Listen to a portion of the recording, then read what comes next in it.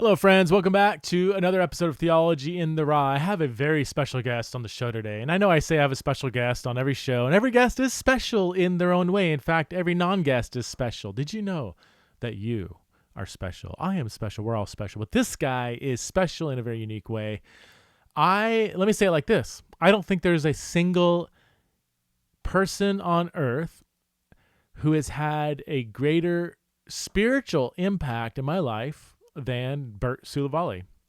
Many of you don't know the name Bert Suluavale. He hasn't written any books. He hasn't released any worship songs that I'm aware of. He is not a mega church pastor. In fact, he is as you'll hear, he was a janitor for a couple of years. Then he became a part-time pastor. Now he's a full-time pastor of evangelism at Arbor Road Church. But Bert became incredibly influential in my life when about a year after I first got saved, became a Christian, and I went to Master's College. At that time, it was called Master's College. And I was assigned a room in Slite 4. Slite was the name of the dorm, and room 4 was a dorm room that held about 4 or 5 students. It was kind of the old married housing, so it was kind of larger rooms, or it's kind of like a suite, like 2 bedrooms and whatever. You don't care about that. But Bert was one of my roommates, and I would say one of my first and definitely my most influential mentor in my life. And he was an older student. I think Bert's, he's probably about 8 years older than I am, I think. So I think he was like maybe 27, 28 when I was about 20 when I got to the school. So older, but still a student. But so much of the way I approach Christianity and think and question things and think outside the box, challenge presuppositions, pursue God more than theology, and just there's so much about how I even think through Christianity today that's due to Bert Suluavale. Now, as you'll hear, he's going to share a story. Man, he was after he I don't want to give away too much of his story, but let's just say after he had served as a mentor, he ended up doing jail time and became a drug addict. And this is the second time he kind of fell into that kind of life. And so now as a pastor, Bert has several chapters, really interesting, unpredicted chapters in his theological journey, his Christian journey that was not foreseen, would never have been predicted by people that knew him when I first met Bert. So we've kept in touch for the last, almost 20 years now, and 20 years. And I was just like, man, I want to have you on the podcast. So we just have, there was no agenda to this. I just wanted to hear people hear his story. I just wanted to reconnect with him. And towards the end, please do listen to the very end, because I think towards the end is where he really speaks really practically about how to kind of avoid letting the work of ministry become the kind of main thing, And as you'll hear, it was really doing the work of ministry, doing a lot of great work in ministry that ended up eating away at his soul. And sometimes the Christian stage can be the worst place for Christians to stand. And Bert, this is a huge part of his story. And man, I'm just excited for you to get to know my super, super, super good friend, Bert Suluavale. If you want to support the show, you can go to patreon.com/Theology in the Raw. Support the show for as little as $5 a month. And in the Patreon Theology in the Raw community, we do once a month Q&A podcasts that are released just to the Patreon, just to those supporters through Patreon. So if you're like, man, I would love to ask you some questions or whatever, I do focus my Q&A time on my Patreon community. So again, patreon.com/Theology in the Raw if you want to become part of the Theology in the Raw community. And all the info is in the show notes. All right, without further ado, I can't wait for you to get to know my very, very good friend and mentor, the one and only Bert Suluavale. All right, friends, I'm here with my very good friend. Man, Bert, we go so far back. Okay, I'm going to jump. Here's where I want to start. It was Wow Week, which for the people who go to Masters University, do they still? I don't know if they still have Wow Week, but Wow Week is kind of that first week of school. They take us to the beach. I was a transfer junior. I want to say I was 20 years old. And I'll never forget, we're at the beach, right? We're playing volleyball, all this stuff, and and I remember all these like nice, clean cut, little middle class white Christians, masters, and then we go over to the beach, and then here I see this Samoan dude standing out, looking at you were staring out at the waves as if you owned them. and I remember like, who's this guy? Should I go? I was like, should I go witness to this guy? And then we started talking, and come to find out you're like the chaplain at the school, but you, even then, like when we met, like you didn't like you just kind of stared, like you just listened and stared. You didn't really smile. You're kind of like who are you? Like you got to show yourself a little bit, man. I was scared. I was like, man, this chaplain's gonna kick my butt, I think. Do you have any recollection of that at all, or is that just? Bro, I do a little bit. I'm thinking though that might have been the day that my current senior pastor, Brent Elders, had to rescue me from drowning or from a riptide. Really? So yeah, because that was at Zuma, right? It was at no, it was at in Ventura. Well, Zuma's in no, it was at that park. It was at that park, and then there's kind of those dunes. I see. Yeah. Okay, different year. I remember that. But definitely, there was a year where I might have been staring out at the water because I almost got pulled out. Is it in your blood? I mean, you're Samoan, dude. Don't you and water? You guys just go well together. I mean, man, don't judge a book by its cover, bro. Come on, man. We're beyond that, right? We were in Tahiti almost a year ago, and man, there was this dude that we did some kind of like snorkel tour or something. There was this guy, this Tahitian dude. I swear he could have lived underwater. This guy was the most, and he's like, but he just grew up more in the water than out of the water. And he would do like this deep dive spear fishing, hold his breath for like 3 minutes, 4 minutes. I mean, this guy was crazy, but he's like, this is all I've known, I mean, I grew up on an island, so. Yeah. I mean, I came from Samoa when I was 11. So, and I only lived there for 5 years. So, oh, okay. The thing is, I didn't get those years in with my grandpa, Man. But yeah, people in the islands tend to be like Waterworld, bro. Yeah. No, it's crazy. Yeah. Well, okay, so let's go all the way back then. Why don't you start with your story, how you became a Christian, and then your time at Masters, and then I mean your story. You've got many chapters to your story, and I would love to unpack as many of those as we can today. Still unfolding, bro, and still unfolding. Yeah. Yeah.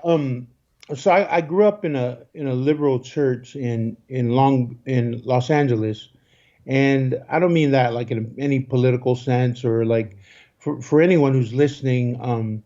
There are Christians that don't believe in the inerrancy of the Bible, that don't believe in the authority of the Bible. And I grew up in that kind of church. It's a very mainline denomination that's tied to the Samoan people because this particular denomination is what brought the gospel out to Samoa in the 1820s and 30s. So my culture is new to Christianity, and so I grew up in that kind of church here in LA. It was an immigrant church. All the people that planted it and built it were people that came over in the 40s, 50s, and 60s, And so having grown up in that church culture, I heard all the stories, but nothing was really personalized in terms of people talking about this personal relationship with the God of the universe. It was more like there was a lot of social like emphasis, to being one with everyone and loving, accepting everyone, but the teaching of the scriptures weren't really emphasized in terms of personally, right? Yeah. So anyways, I grew up in this church culture, and then as a teenager, man, I was I became a bit of a bully, when I was 12, 13, because I'd been bullied my whole life, Hmm. and then I knocked someone through some bushes, and I looked at my fists and I went, oh crap, like, okay, I could do this. So 12, 13, I turned into a bully myself, and I was a scrapper. And then when I was 14, 15, around that age, early high school, got jumped into a gang. And we're not talking, gangs that move, you know, drugs or anything like that. Just street thugs, knuckleheads, Hmm. getting high and drunk everywhere. You know what I Yeah. mean? Like, you know, menaces to society for sure. Um, and so that sort of became my existence, throughout my teen years. I don't know how I got out of high school, but they kicked me out. They gave me a diploma and kicked me out.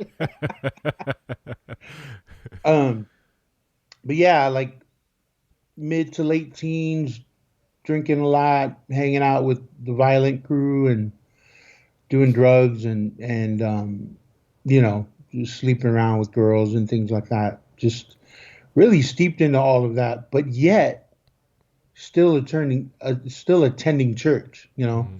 Like mom was a single mom, and she wasn't gonna have a kid that lived in her house Hmm. and not go to church. Hmm. Yeah. So when I was growing up, my mom would, I mean, I would come home stinking drunk at 4 a.m., 5 a.m.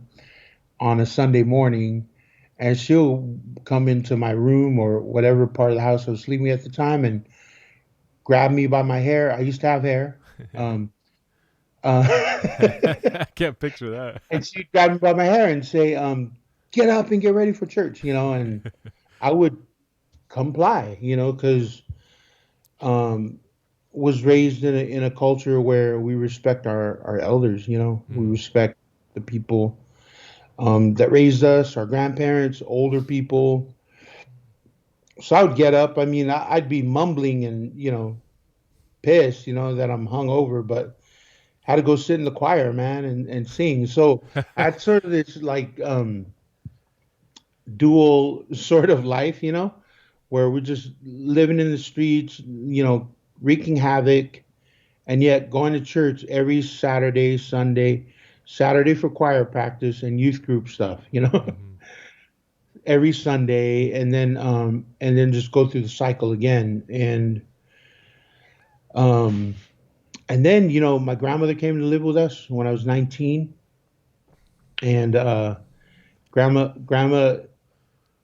was a believer and follower of Jesus. But she was also crippled at the time. And so grandma would just sit on the floor in the living room and just read her Bible. And I often would come home after those nights of partying, and grandma, there would be a lamp on in the living room, and grandma would be on the floor Hmm. reading her Bible, just sitting cross-legged, like us tribal people do, and just be reading her Bible. And I would sneak in and go and like, oh man, grandma's up. Oh crap, So I'm sitting in the kitchen, trying to remove my shoes or whatever, and then I'd hear grandma say, um,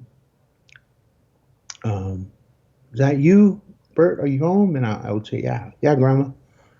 All right, well, get something to eat and go to sleep. I mean, she knew I was up to no good. She knew I was up to no good, but she was always gracious and kind and like that, Hmm. And so I think for the first time in my life, I actually encountered someone who said they loved Jesus, Hmm.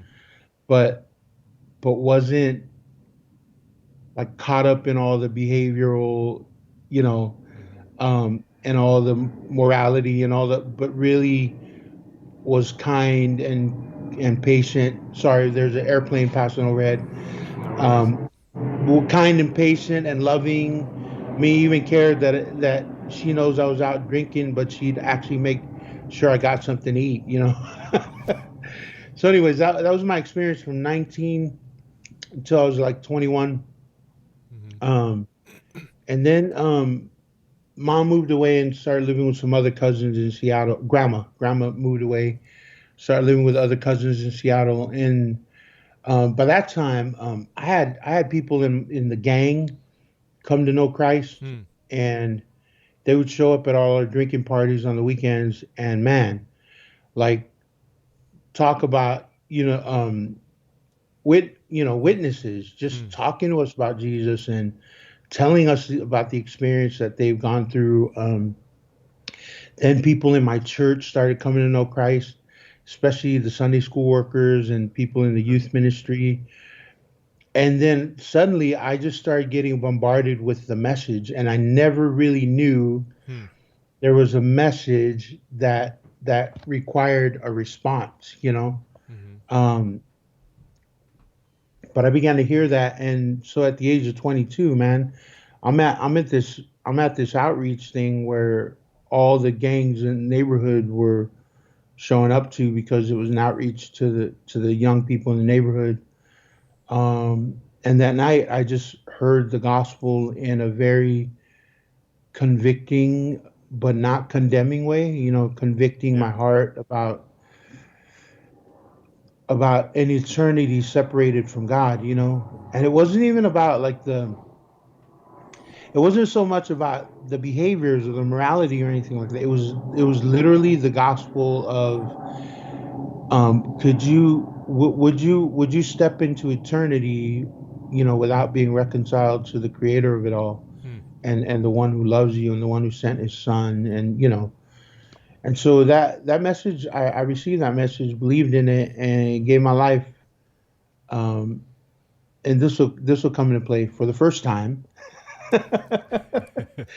to the Lord when I was about 22. Okay. And 4 years after that, man, I show up at Masters, thinking God's calling on me is to be like this, big expository theologian preacher, like the man who's associated with the school we went to.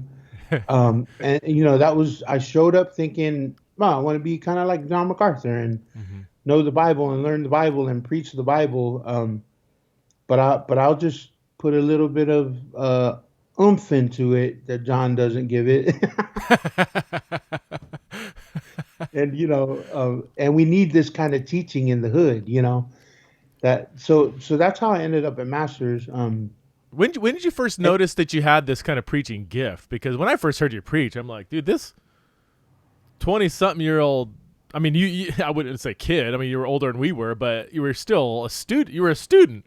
But I remember hearing you preach, and I'm like, this guy's like as good a preacher as anybody I've ever heard. Like, was that in your teen years or anything, or was it shortly after you got the man, master's? Or yeah, thanks, Pete. So my that church event that I told you I went to and gave my life to Christ, mm-hmm. that was hosted at my mother's brother's church, and my mother's brother is from the Assembly of God Pentecostal tradition, Okay. and he was my first discipler. But I mean, he didn't disciple me in preaching. I just happened to watch him a lot, Okay. Yeah. and the way I remember him being described by other Christians that have been walking with the Lord longer than me was like he was a machine gun evangelist. He was like this, he had this, like he was gonna mow you down, like like he's uh, I don't know if I could say this. I'll say it, in a firing squad. Yeah. You know what I mean? We have Like, machine gun evangelists here in Idaho, but it's more literal. They actually have machine guns. so yeah, I would say he was the personal influence Okay. of like the just the dynamics. And then reading and listening to John MacArthur was was the part that I wanted to learn, Mm-hmm. which is the scripture, and yeah, but I feel like maybe that's even part ingrained in my culture, because um, the Samoans are very passionate people, Mm-hmm. very, you learn how to sing and dance while you're learning how to talk and walk, Yeah. you know. Yeah. Um, I remember at Masters someone saying, "Man, dang, man, you and your brother are good singers, man." We looked at each other and went, we didn't feel like we were great singers at all. We just felt like we were Samoans. Ah. Like me and Sienna literally said to someone, you should hear our whole family. Like we're nothing. Well, when we were in Samoa those 2 summers, yeah, every church you went to, music was not like a sub part of the service, kind of get you warmed up for the main message. It was like Right. everything. Music was just is so ingrained in the culture, and it was all just off the chart. Totally. Like you said, like nobody didn't sing, and they all sang amazing. Yeah, yeah, yeah. So even that part being a culture that entertains, I won't be afraid of saying that. Being a culture that Yeah, entertains, it was always easy for me personally. I mean, there's some Samoans that don't take to the stage easily, but it was easy for me to be in front. yeah, You know, yeah, um, it wasn't because I was also a musician. Like sorry about that. yeah, I was also a musician. And that's another part of my yeah. story that intertwined in the whole deal is that I always wanted to be a musical artist. I wrote a lot. I wrote a lot of poetry. I wrote a lot of raps. Hmm. Um, me and my friends tried to start a rap group, tried to start a band, you know, Hmm. but we drank too many 40s. Those people that actually make it just talk about drinking 40s. Yeah. Oh man. I want to drill down into, let's just say you're at Masters, you're a chaplain, you're known as being kind of the spiritual one of, if not the spiritual leader on campus. You're the best singer, best preacher. Like, what can you go back to that time in your heart and your mind, like, because that began kind of a journey that kind of took you into more darker places, right? I mean, like so much, in a sense, Yeah, attention and doing great. I mean, this is part of like our journey together is even as you started to wrestle with stuff that took you to darker places, you were still shaping people, including me. I mean, I've said I probably I haven't recorded the intro yet, but I mean, I'll probably say something like, I mean, you have had more of a spiritual impact in my life than any single person, and it was during a time when it was you were going through stuff. What was it like being like just filled with all this just spiritual stage celebrity kind of attention in your world? I mean, man, P. Where do I start? I mean, I think part of it was really being recognized by one of our I dare to say one of our idols. mm-hmm. Yeah. Um, I remember the weekend that I graduated from college is basically the weekend that I met John MacArthur. Mm. Oh no, no. 2 years before that, at a graduation, I met John MacArthur. Mm-hmm. That was before my first year of being a chaplain, and I was sitting back there, and he just was standing by the entrance of the gym, because our chapel was in a gym. Mm-hmm. And all of a sudden, I'm looking to my right, and like, oh man, John MacArthur's standing next to me. And we just shared niceties. He's like, "How you doing?" I turned around. I said, "Hi, Dr. MacArthur." Shook his hand, um and just it was a quick exchange, and then he started hearing me singing in the chorale, Mm-hmm. and through that he had invited me to sing at their church. Um, After the chorale sang Christmas, like a Christmas pageant at their church, and it was during that time that he began to hear my story, Mm-hmm. part of what I already shared. And one day he just said to me, "Hey, I don't know what your plans are after college, but I just want you to know that Patricia and I believe in your gift, and we want to invest in it no matter what you do after college." And that just began, I think, Hmm. this little seedling of, I'm, you know, I'm getting there. I'm getting there. Yeah. And literally, man, I want a wood pulpit that comes out of the floor like you. But I'm gonna get there. and and so I think the other part of the journey was junior senior year at Masters. Um, I lost track of why I was there. Hmm. I lost track of this is a seminal stage. I need to spend time learning because after all, I came as a non-traditional student, and so I was a little older than the rest. Actually, not a little. I was older by 8 years than a traditional student. I started at Masters when I was 26, Mm-hmm. Right. and I think what I just got lost in the whole chaplaincy. I started doing a lot of ministry and forgetting that I was there to be a student, Mm-hmm. And then I got involved at Church of the Canyons, Mm-hmm. and then I got involved in training guys over there, and then I got involved in missions over there, leading worship. And what happened was my plate just started getting more and more full, Mm-hmm. and I just lost sight of the reality is I lost sight of Mm. abiding in Christ. I began to exchange all the good stuff for the best, Mm. um, which Jesus says to Martha in Luke 10 is what Mary chose, which is sitting at his feet and Mm. listening, um, rather than being busy about the work, right? Yeah. So and I've learned that, man, over the years. It's usually the good stuff that you put in front of Christ that really messes you up, because there's nothing telling you you shouldn't be doing this stuff, you Mm. know, or that maybe this is not the right time, maybe someone else can do it, but there's always a sense of, like you had mentioned, well, no one can sing like me, so I'm gonna say yes.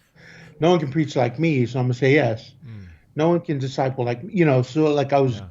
it was all in my head that I started believing my own press about myself, Mm-hmm. that I was pretty impressive, that I was pretty badass, Mm-hmm. um, and began I just lost sight of why I was at school, and then I lost sight of my relationship with Christ as the primary place, um, from which everything else flows. So I just got big headed and arrogant and full of myself. Um, I also think, man, like just I don't think processing through difficult topics is a problem, Mm-hmm. but I think when you're sort of in the echo chamber and you're really enjoying like pontificating and solving the world's theological issues with other 20 something year olds, you you tend to just let this thing grow, until Yeah. it's topple over, and so yeah, man, it became a situation where I was just busy doing a lot for the Lord, Mm-hmm. um, but not really like hanging out with him, you Mm. know, not hanging out with him, the the reason for it all. You know what I mean? Yeah. Um, and when I say hang out, man, I'm not even talking about, you know, I spend 20 minutes reading the Bible, and then I pray for an hour. You know what I mean? That's not even what I'm talking about. What I've learned over the years is like this abiding in Christ, man. It's it's you. I believe I can abide in Christ while I'm driving, while I'm moving, while I'm there's just this constant connection with the Lord. Mm-hmm. Um, and one of the things, um, I forget the exact verse, but near the end of John chapter 11, Mm-hmm. when Jesus is about to raise Lazarus from the dead, he says something he prays a quick prayer to the Father. He goes, Father, I know you always hear me, Hmm. but it's for the sake of these that I'm going to literally, I mean, it's for the sake of these that I'm going to Mm-hmm. say this out loud. Interesting. I never noticed that. Wow. It's for the sake of these ones around here that I'm going to say this out loud. So, like, there's a glimpse into, yeah, Jesus went away. Mm-hmm. We don't really know what he did when he went away. We just know that he went away. He might have gone up to the hills and just knocked out, bro. you know, or he Yeah. might have gone up to the hills and let angels or birds minister to him. We don't know. Mhm. But we know he went away. And the thing is, contemporary Christianity like forces this spiritual discipline on us that we have to put a time and place together Mhm. to get away and read our Bible and pray Mhm. to the Father. Mhm. But Jesus says in John 11, I know you always hear me. Mhm. And Paul says, pray without ceasing. Mhm. And in Romans 8:26, I think, if you don't know how to pray, the Spirit's praying for you. Mhm. Mhm. Hebrews 7:25 says, when you do know how to pray, Jesus is praying for you. So how can you fail at connecting? So it's all like that abiding experience is so multifaceted, so multi-layered, so Trinitarian in a sense. Like you said, you got Spirit, you got the Son, the Father always hears you. Yeah. Wow. And so I lost sight of that, which I never even really had, Hmm. you know. I never even really had that. I had disciplines and I had spiritual disciplines. And I think spiritual disciplines are good and they can be helpful. Mhm. But I don't think they're the way necessarily to measure Mhm. anything, Hmm. really. I think the fruit is the only measure. And even that measure, I mean, when there's bad fruit, the Lord just prunes, Hmm. you know?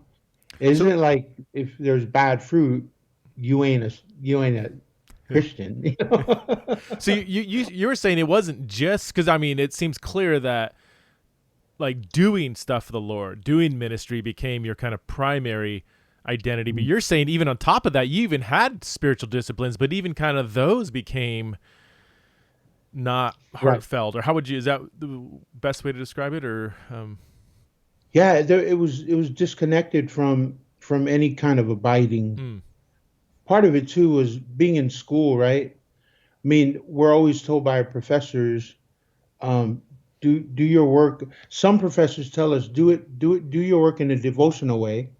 yeah, Some professors tell us don't exchange your schoolwork with devotions, right? So we have one professor that says do your schoolwork in a devotional way, and you have another set of professors that tell us to not yeah, exchange your devotion time, for your schoolwork. And so you have a bunch of confused 20-something-year-olds. hmm, We're trying to figure it all out. And I think I was definitely one of those who went, all right, I'm going to make everything devotional hmm, and do no devotion at all. Because okay, after all, isn't all of life worship? yeah, Those are the kinds of things I was justifying my activity, you know, like I'm worshiping the Lord by doing this. yeah, I'm worshiping the Lord by doing this. So who's got time? I mean, I never said it with my mouth, but definitely with my actions. I'm literally going, who's got time, you know, to read their Bible by their lamp at 5 a.m., you yeah. know? I got sleep to catch up on. So this next chapter then of your life. So all this kind of started to catch up with you, and then yeah, talk to us about that because I think that's especially for Christian leaders hearing this. I mean, if people are honest, I think most Christian leaders listening can resonate with at least part of what you're saying, if not a lot more than just part of what you're saying. Talk to us about this Yeah. next chapter. What ended up happening? Oh, man. Well, as you know, because you were part of our circle of friends, Yeah. people that did ministry together at Church of the Canyons. Hmm. So I'd become right after graduating from Master's College, I'd become the worship pastor at Church of the Canyons. Hmm. And over the next course, the next year or so, we began to build a worship ministry there that was pretty cool, and it involved Hmm. most of the people were my friends. You Hmm. know, uh, Sam and Janine, Javier, you Oh know, yeah. just all of my friends. Brad Brock was our elder, and um, Tony Kawaguchi. We just started building this band, and I think not I don't think, but in the context of that. some of my flaws began to present themselves in a real ugly way, you know. Um, and I look at those things that happened, like had to happen, because sometimes the Lord, being providential and sovereign over all things, um, he allows us to go a certain path Mm-hmm. for our own good, which is kind of crazy to think about, Mm-hmm. Um, and then sometimes he holds back, right? He prevents us. Um, but when I look back, I really believe that it was allowed so that I could get to this place where I'm looking at my heart, um, because at this point I'm just looking at the results, right? Mm-hmm. Or the things that I think are spiritual results. And so impatience and anger came into play with, uh, I think I became very task oriented. I became that really unpleasant Christian leader to be around, you know. And if I told you some of the stories, it would be funny because I think I forgot these were my friends, Mm. Like this is a gang of people that were hanging out at Janine's apartment the night before. You Yeah. see what I'm saying?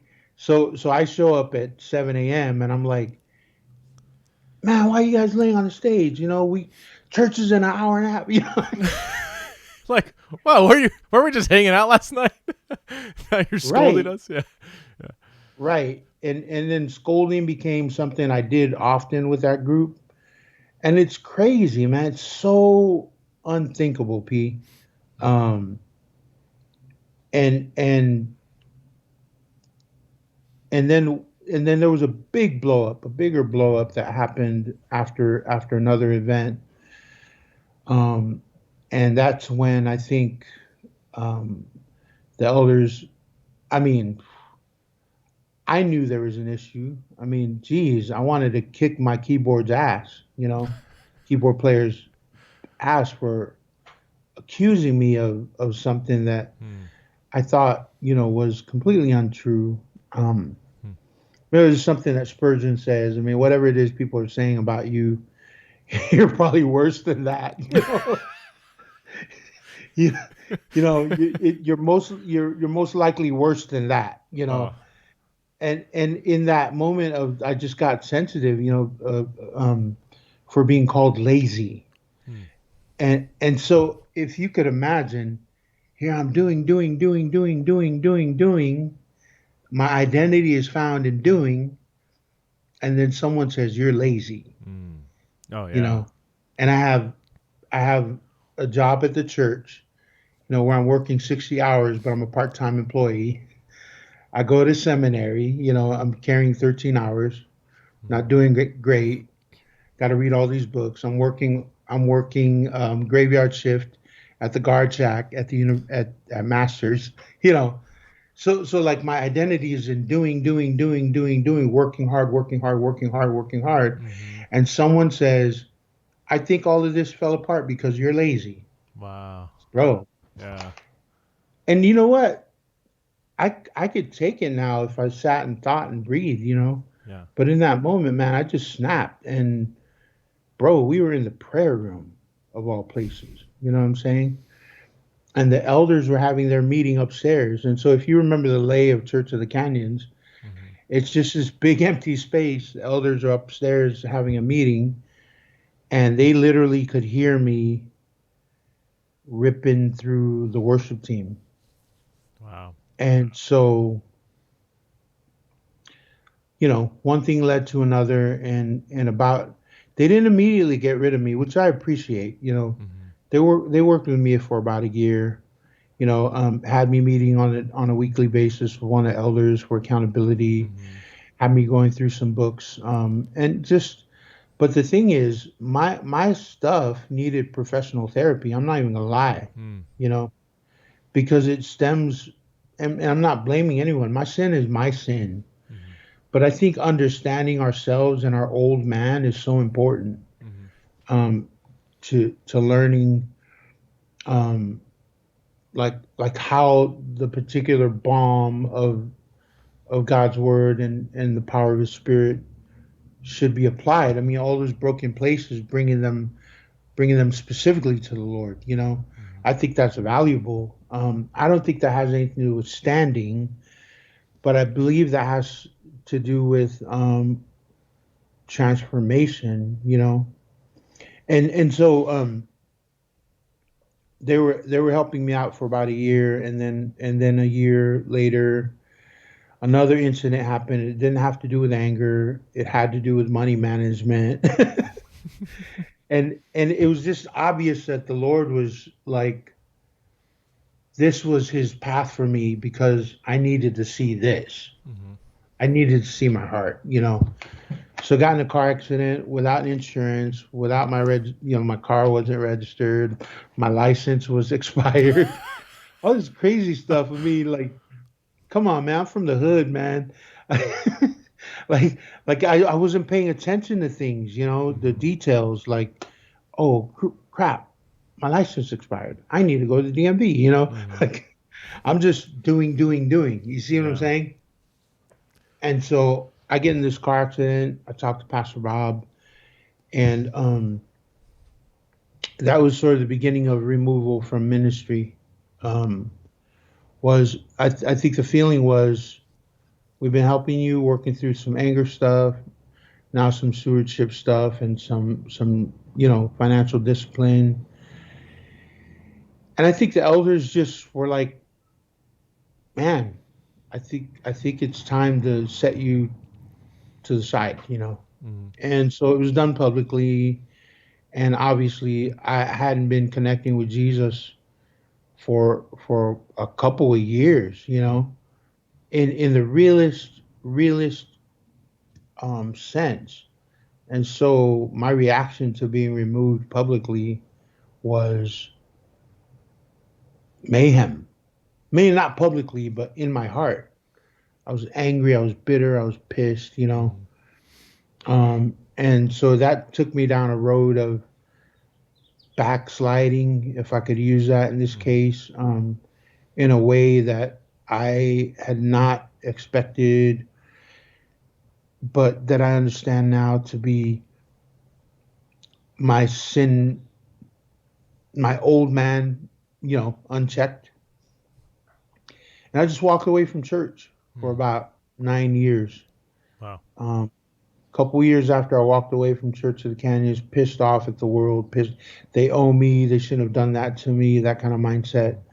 Um, I went right back into the stuff I was into before I started walking with Christ, and it was worse Really. because this time it involved heavy drug use. Mm-hmm. Um, I was addicted to meth for 9 years, Wow.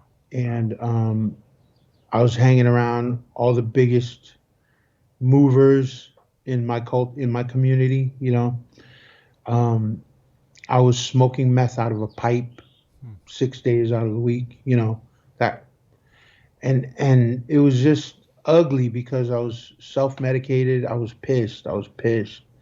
Like, literally, that one event threw my life for a tailspin. But I mean, the event didn't do that. I was the one who was enraged, and so even more, this anger started playing itself out. And that's why I look at those years with, like, I don't believe it could have happened any other way. You know what I mean? Mm-hmm. I really believe that was necessary.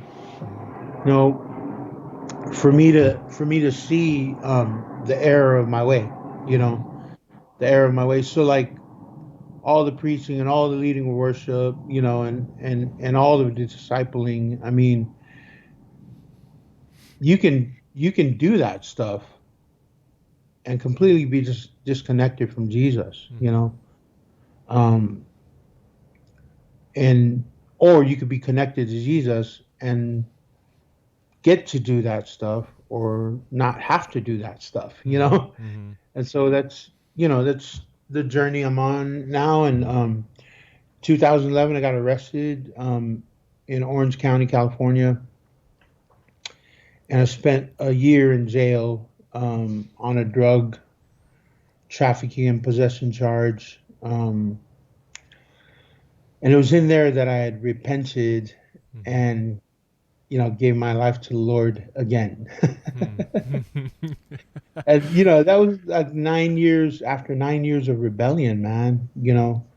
And so like when I think of the prodigal son story, man, that's my story, man, because I was home and everything was cool, but for some reason I wanted to rule. Mm-hmm. I mean, I know the reason. It's because of my sinfulness. That's the thing about sin is it's so subtle and it gets you to think and believe things that um are are not glorifying to God, but not good for you either.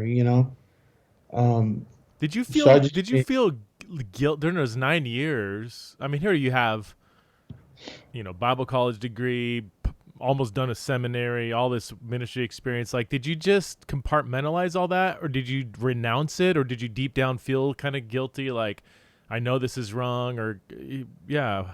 How did you process your faith during those 9 years? that's a good question. I've actually, so this is for our audience. I mean, because I remember, so I left seminary right when you started. I think it was right. You had that blowout. I remember that. And then your car accident. I think I was Yep. just on my way to Scotland. So I was over there for 3 years and in Ohio for 2 years. Like it Yeah. was, so I was, elsewhere. And I kept hearing Bert is gone. People can't even get a hold of you. Our mutual friend Vince, your best friend. I mean, like Vince is like, Yeah. Yeah. dude, Yeah. I think he's the only person that you would return like one out of every 10 calls or something. And so I'm like, dude, what happened, And then it was when I was back in California when people were like, hey, I think Bert's Yeah. back, which was, so I don't even, that whole, like, I know hardly anything about those 9 years. Yeah. I mean, I think it was one of those situations where, like, um, the prophet, I was running from, I was running from Jezebel. Like I was ashamed. I was scared. I was like, uh, a lot of it was shame, okay. um, because of the first several contacts.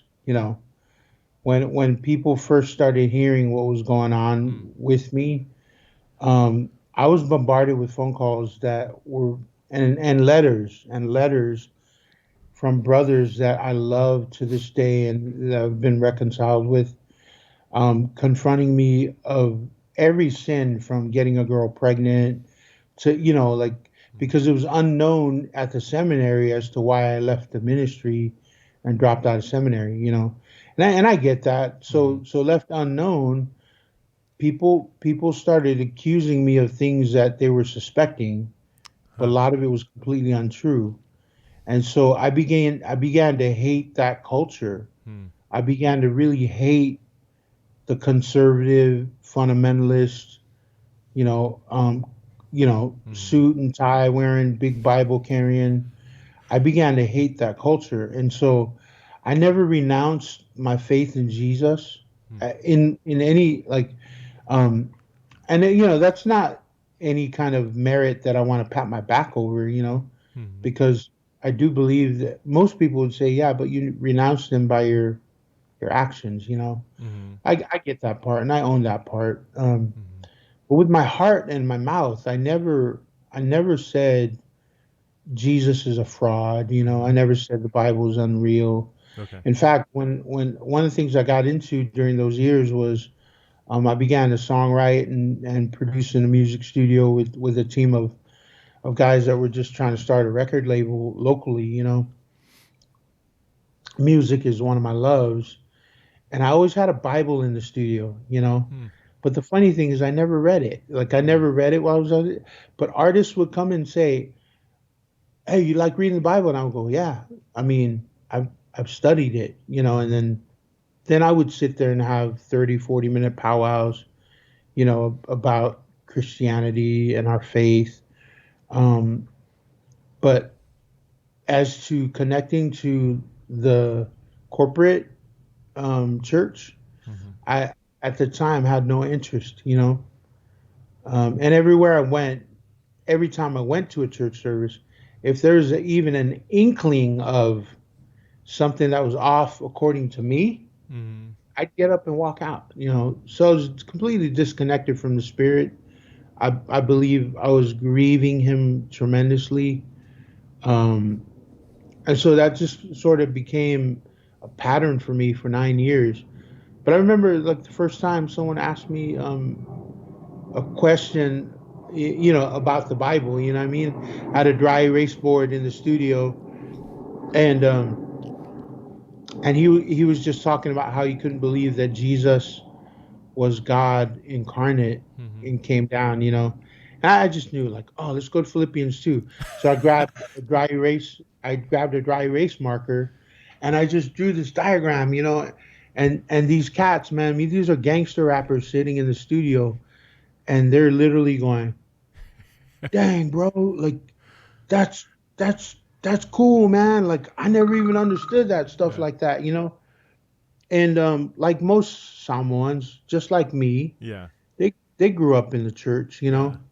Um, so like there was a love for what I did know, but there was no disdain for it. Or nor was there a guilty feeling. I just felt like, really, I felt like what most of those brothers was telling you, that part of my life was dead. Mm.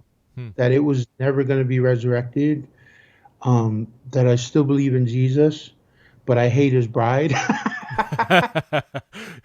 Which is, today, these days, I go, Jesus, if Jesus was a good man, like most, like if you can be a good man, right? Mm. I'm not talking about standing before God, but most good men would go look at you and think you're crazy, man. I like hanging out with you, but I hate your wife. Mm. Yeah. Like if I said that to you, Preston, man, you'd be like, man, get off the call, man. Get out of here. You know what I mean? Like Yeah. the one you adore and cherish the most is being criticized. Yeah. Like it was Yeah. just I was disconnected, man, and all of those pieces that Augustine talks about. The shattered shard can only come back together in you. Mm-hmm. Um, and so that's kind of the way I existed for a little while. So in Um, 2011 in jail, you have kind of another, and I don't want to. It's I'm just not really interested in theologizing it, but like you had a kind of a really renewed perspective on Christianity and the specifically, I think, and I don't want to put. I'm kind of trying to set you up here, but I'd love to hear your thoughts. I mean, a renewed perspective on the relationship between your faith and your gifts, in a sense. I remember hearing from you shortly after that we connected, and you're like, yeah, "Man, I don't need to ever step on stage again. I'll clean toilets. I'll do whatever. I just want to serve the Lord." And I've never, that was really new for me to hear that, and it really seemed to be like, man, this seems legit. Because there were some questions from people like, well, can't trust Bert, is he back or whatever? And it's like, well, is he really, and when I heard that, I was like, man, I think Bert's back. Because that would yeah, just seem like such a different kind of humility. Because in the past, you can kind of have a humble persona, like we all can. Like we could all, especially if you've been in a church for a while, you can put on a pretty good humble show. There was something different about your perspective after 2011. It was like, man, this is real. yeah, yeah, man. I think part of it was applying truth to life. Like here's the funny thing. I feel like I got a seminary education scrubbing toilets. Mm. You know, because bro, when they tell you during the summer, okay, it's deep cleaning time, and they hand you these steel brushes, and you have to scrub the watermarks off of the bottom end of the toilet rim. You know, Wait, was this in jail or in church? Because you got hired no, on in it. church, Oh, in okay. church, yeah. So you literally I got got hired hired on on as the janitor, as a or janitor, yeah, because I had two felonies and I couldn't find work, and I learned when I was so like one of the things I learned when I was in jail is most of these men repeat offend because they can't find work with a yeah, with a felony on their jacket. And so like while I was in there, I wasn't only reconnecting with the Lord, but like like gathering just my own education about, the situation people are in, and I'm learning things like, people's. I learned later that these are all true, but people's growth is stunted by, heavy drug use at the age that they started using heavily, you know. Hmm. So that's the reason why I never became a thief or or chased after other men's women, because I was already a grown up when I started using meth. Hmm. You know, um, most people who start using meth around their teen years, they might be 50 or 60 years old, but they're stuck in that adolescent Hmm. frame of mind. But most of them couldn't find work. And I'm learning these stories while I'm in there. So one of the things I told Brent Elders, my current senior pastor, is, hey, when I get out, I really need a job. So 4 days after I got out, I was working at the church as a janitor. And so that was right around the time we reconnected. Hmm. Hmm. And so just, having a spring clean, you're sitting there and going like, man, this is like me making an effort to clean my own act up. Huh. Like this toilet bowl is never going to look like it was when it was brand new. You know what I mean? Yeah. And so I started applying theology to my job, like cleaning and mopping and doing all this stuff, and then I'm learning on another level that um I need Jesus so much, Hmm. and that I was in a church where no one knew me, Hmm. no one knew about my gifts, except Brent and a couple of pastors on staff. Um, and so I was content. I Hmm. was content in that posture for those 2 years that I was janitor, primarily because um, I was connected to the Lord. I was, even in the drug scene, man, I was the life of the party. You know what I mean? So Hmm. the Lord just put me in jail. He isolated me, although I was still around 140 other men every night. In your own bunk, it's like you're alone. You know what I mean? Hmm. These aren't my friends. You know what I mean? I can make friends, but the reality is they're not really my friends. Hmm. And so a lot of lonely nights in there, just Hmm. thinking and praying and reading and processing through stuff. A lot of lonely hours working as a janitor when I got out, Hmm. and my perspective had changed, um, and it really hasn't changed from that. Although I still struggle. I mean, when I got married, my wife had to call me out a lot of times about um, you know like a frown because I'm not on the preaching schedule, or you know what I mean, Yeah. like uh, so now that I have my wife, my helper, I'm like, someone can call me out on my stuff. Hmm. Uh, Which and I'm sure. so I'm sure. The little I know, Lee, she seems like somebody who's willing to call you out in your stuff. yeah, and so I began to just, man, like how is it possible that we read this stuff, you know, he who wants to lead must be the servant of all. He who wants to be the master must be the servant of all. How do we read that stuff and just gloss over it? Hmm. And then, like, all of a sudden, we consider the leaders in the church the ones that are up there making power moves. Hmm. Um, one of my favorite books in the last 2 years was The Way of the Dragon, The Way of the Lamb, The Way of the Yeah. Lamb, The Way of the Dragon, Yeah. and started really looking at like the power trip that evangelicalism is on. And I mean, I'm not trying to educate anyone. I'm just saying, like, in my own mind, in my own heart, I see all of that stuff, Hmm. and I go, oh Jesus, I need you so much, because I don't want to use human means as a way to measure our success as a ministry. Hmm. And that's hard as the guy who oversees missions and evangelism and outreach, you know. Hmm. because everyone wants to hear numbers. Yeah. Yeah. you know, and I'm like, but I'm thankful for a board of elders that are like, we don't need you to focus on numbers. Hmm. We just want you to train people to love the lost, to share the gospel, Yeah. and to prepare people for the mission field. And so, um, I'm thankful for that good group of guys, man, over at our church. We got to wrap things up here in just another minute. Final words to a Christian leader who may again be kind of feeling what you're saying. Maybe they're wrapped up in the church industrial complex, as one of my friends puts it. Just that, just that endless grunt of the ministry routine. Then you throw in some success, and that can be sometimes the worst thing for somebody whose heart might be disconnected from Jesus. What do you want to say to that person right now? Oh man, I would say to make and I don't want to be misunderstood, So like when I say make, I don't want it to sound like you're gonna do something, Mm. Um, but I'm saying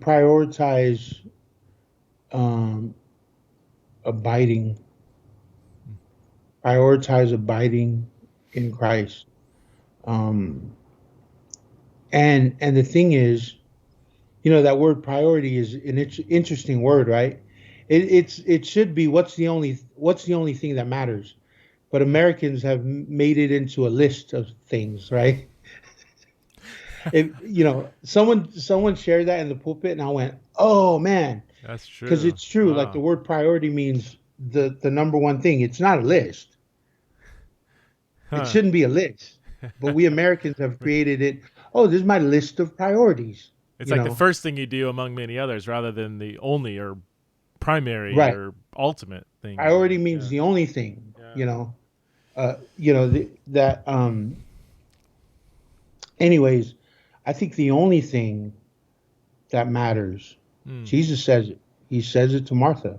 The Mm-hmm. only thing that matters is what Mary chose. And and that's to sit at my feet and listen. That's good. Um and I think from there flow everything else. Mm. Ministry opportunities, fruit, service. Mm-hmm. Because again, how can we say um love your neighbor and just walk by people? That's one of the things is like I even wonder how can people say we lift your hands while they're singing and not lift their hands. Yeah. Yeah. So as a human being, what we've done is we've created these contexts where we actually say things that we don't do. Yeah. Yeah. We Jesus says to care for the poor. You say, oh, we believe in what Jesus teaches us, Mm-hmm. but we drive right by the person that's Mm-hmm. sitting on the sidewalk right outside our driveway Mm-hmm. at church. You know, Bert, so I I was I know you got to run and I got to run. But man, I have so many thoughts. I wanted to yeah, keep going, but man, I just thank you for sharing your story, man. I just love hearing your honesty, and it's just, I mean, I love the fact that you're willing to be vulnerable. I mean, you're sharing a lot of stuff that not easy for people to share, and just to be able to admit where you've gone wrong and learn from that. And I love how you talk. I love hearing about you talk about your 2 years as a janitor. It's kind of some of the sweetest times in your Christian journey, totally, man. just totally inverted the whole thing. Because I mean, a lot of people, it's like, no, my sweetest times are on stage or the success or our church was booming. But at the end of the day, man, that can be good. That can be great, but it can also eat your soul from the inside Oh man, out. So yeah, yeah. thank you for your faithfulness, bro. It's great catching up. Thanks Thank for you, coming on man. the Thanks for show. inviting me to Yeah. to be raw. Take care, man. All right, bro.